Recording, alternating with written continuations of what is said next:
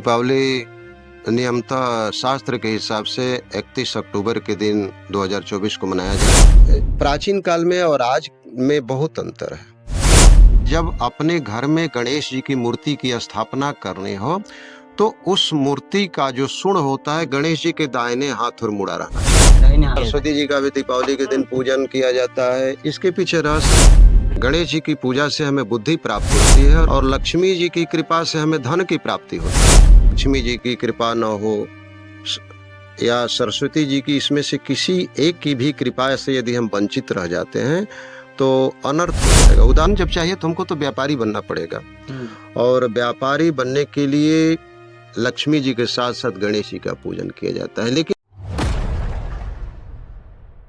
जब गणेश जी और लक्ष्मी जी की पूजा की जाती है तो ये मन में होता है कि हम जो गणेश जी का जो शूल होता है वो किस दिशा में रखें। ये थोड़ा सा कंफ्यूजन लोगों के दिमाग में होता है जब लक्ष्मी जी गणेश जी को लोग पूजा करते हैं तब। इसके बारे में थोड़ा चर्चा कर दीजिए। बहुत सुंदर प्रश्न आपने पूछा।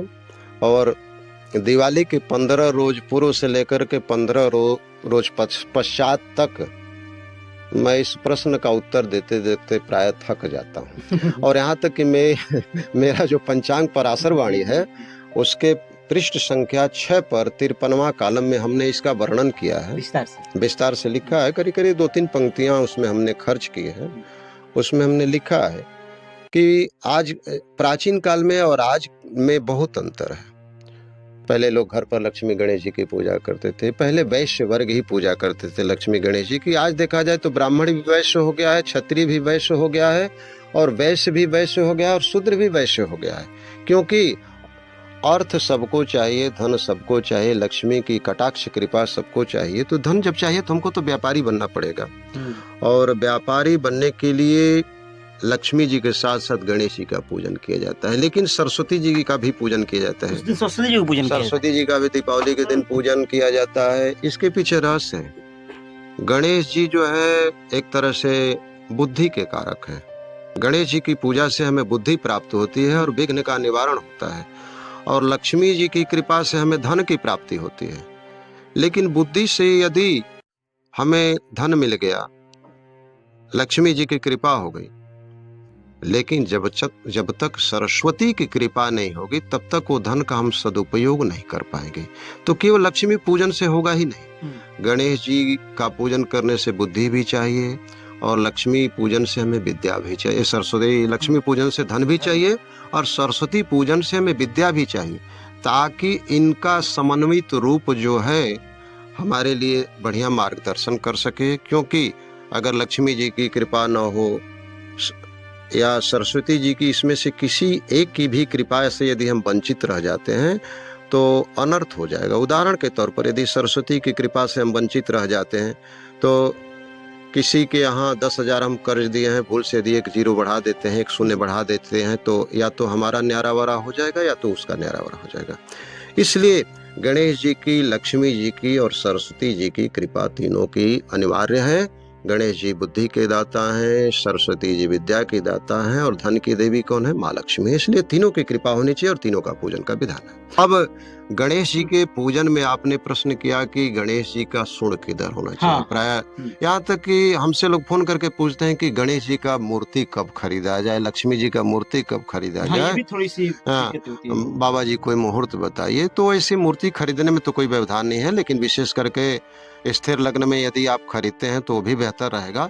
लेकिन एक चीज आपको ख्याल रखना होगा कि जब अपने घर में गणेश जी की मूर्ति की स्थापना करनी हो तो उस मूर्ति का जो सुण होता है गणेश जी के दाहिने हाथ और मुड़ा रहना चाहिए। दाहिने हाथ और मुड़ा रहना चाहिए।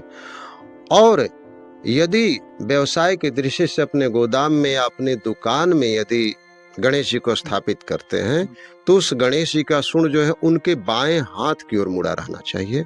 ये सावधानी होनी चाहिए। ये सावधानी बरतनी चाहिए लोग। जी, जैसे कि आपने जिक्र किया था कि लक्ष्मी जी, गणेश जी और सरस्वती जी, तो क्या जब लोग पूजा करेंगे तो तीनों की मूर्तियां रख कर पूजा कर सकते हैं? देखिए, हमारे यहाँ सनातन में सगुण और निर्गुण दोनों की उपासना बतलाई गई है। सगुण चूंकि सरल है और निर्गुण कठिन है और हरि व्यापक सर्वत्र समाना इस्लाम में भी है कि जर्रे जर्रे में खुदा है, कण कण में भगवान है। लक्ष्मी गणेश जी की हम लोग प्रतिमा लाते हैं, और सरस्वती जी की भी लोग, कुछ लोग प्रतिमा रख के पूजन करते हैं। कुछ लोग जो अभ्यास पुस्तिका होता है उसके ऊपर हम पूजन लोग कर लेते हैं, खाता जिसको हम लोग बोलते हैं। अगर कुछ भी नहीं हमारे पास व्यवस्था हो तो सुपारी पर भी लक्ष्मी गणेश जी का रक्षा लपेट करके उनका आवाहन करके पूजन किया जा सकता है, क्योंकि पितरो वाक्यम इक्षन्ति भाव इक्षन्ति देवता। भगवान आपके देवी देवता भाव के भूखे हैं।